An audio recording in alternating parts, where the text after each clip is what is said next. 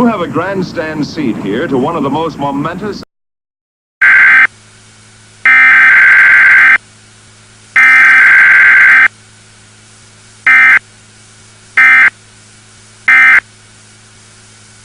We interrupt our programming. This is a national emergency.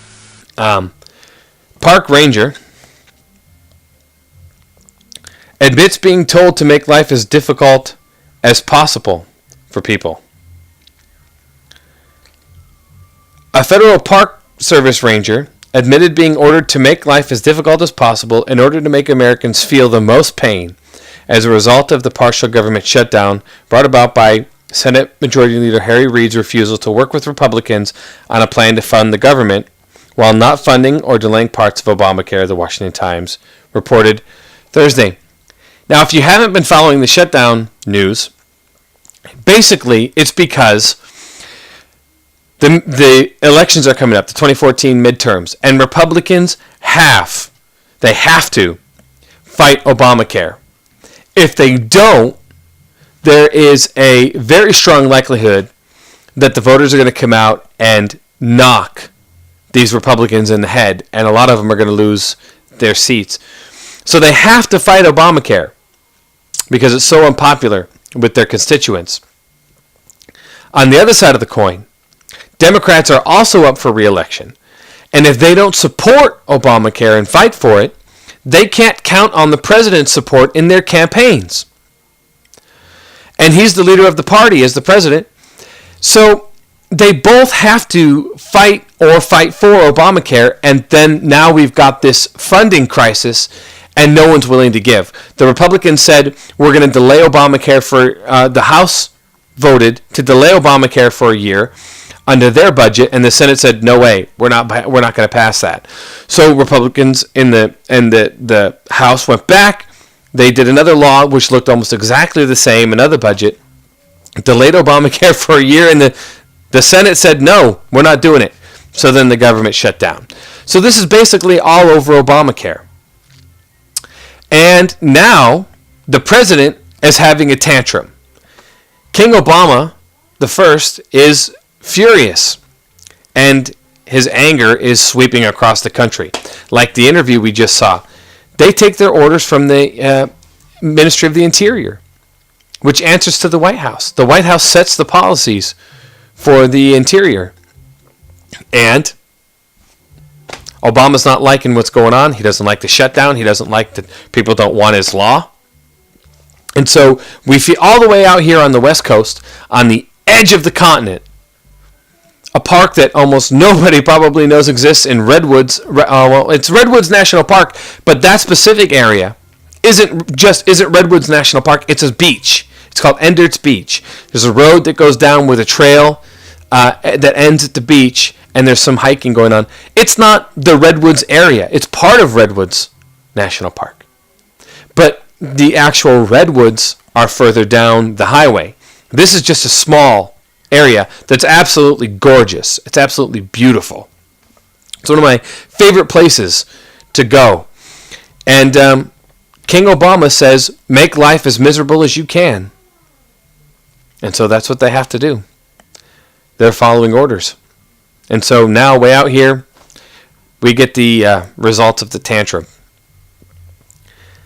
Unfortunately, some of our most valued citizens get the tantrum also. As you'll see in our next story, honor flight to the World War II memorial in jeopardy due to shutdown. These are veterans of World War II. These are guys who saw their buddies get killed. They gave up big portions of their lives right in their prime to go and fight against the Germans and the Japanese.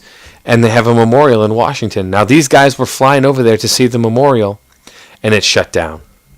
I put a picture up on the Facebook page a while back that shows our border, which is protected with chicken wire, and then the World War II memorial that's barricaded with chains and locks and metal retaining walls.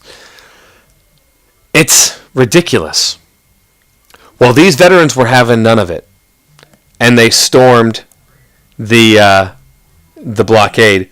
Many elderly veterans, some in wheelchairs, broke through the barriers. And this is from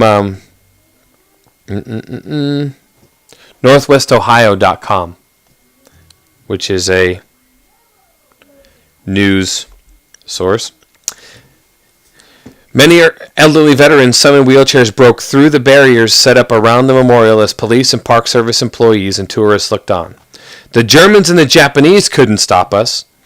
They weren't going to let the barriers contain them today. They wanted to see their memorial. We will. So these guys pushed through, and kudos to them.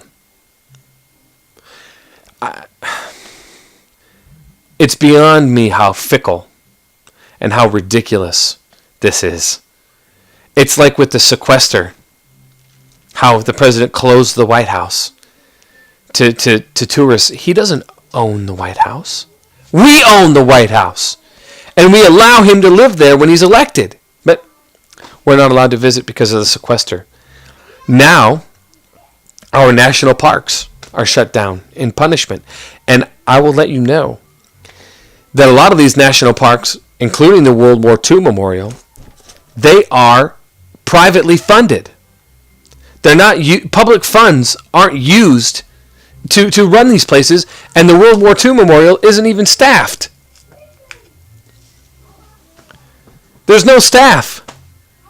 They're just closing it to be spiteful, and just like this park ranger said, to make life as miserable as they can for Americans, so that we understand how badly we've hurt our king.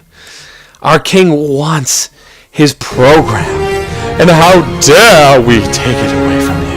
How dare we fight it and prevent him from reigning and rolling in his budgetary money and spending us into oblivion?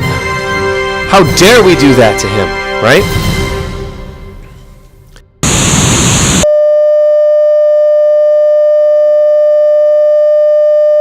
Attack warning.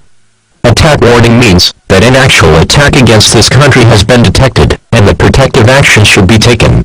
This is an emergency action notification. This station has interrupted its regular... I'm Barack Obama, and I approve this message.